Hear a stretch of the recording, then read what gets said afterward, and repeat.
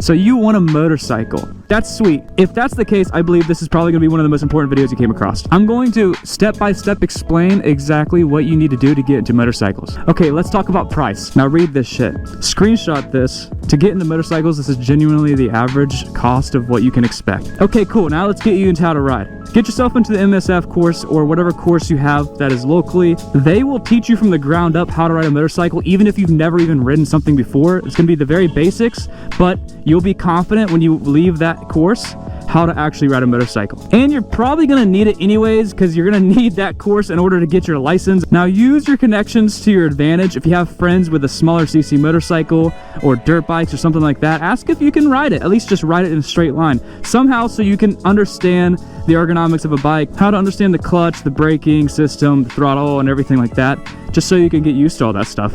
Also, do your research. Dan the Fireman, for example, on YouTube, he'll break down crashes and scenarios and explain exactly what he should have done to protect himself from the hazards on the road. And a lot of people do not really take the time to research and practice certain good safety behaviors on the road. Safety is number one. Now let's talk about getting the motorcycle itself. Okay, do your research on the bike you really want. Go to dealerships, sit on them, feel them out, see if it's something you're interested in. Maybe you go to the dealership, you find out that the naked bike is something more comfortable and more relaxing and more confident inducing than the sports bike that you're looking at. But regardless, the lower CC motorcycles, regardless of a sports bike or whatever it is, they're gonna feel pretty good. But I'd recommend, again, just going and sitting on them and feeling them out.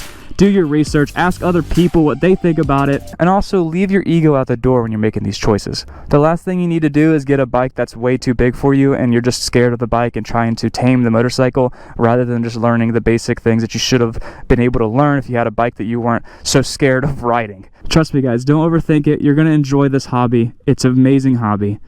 You got this.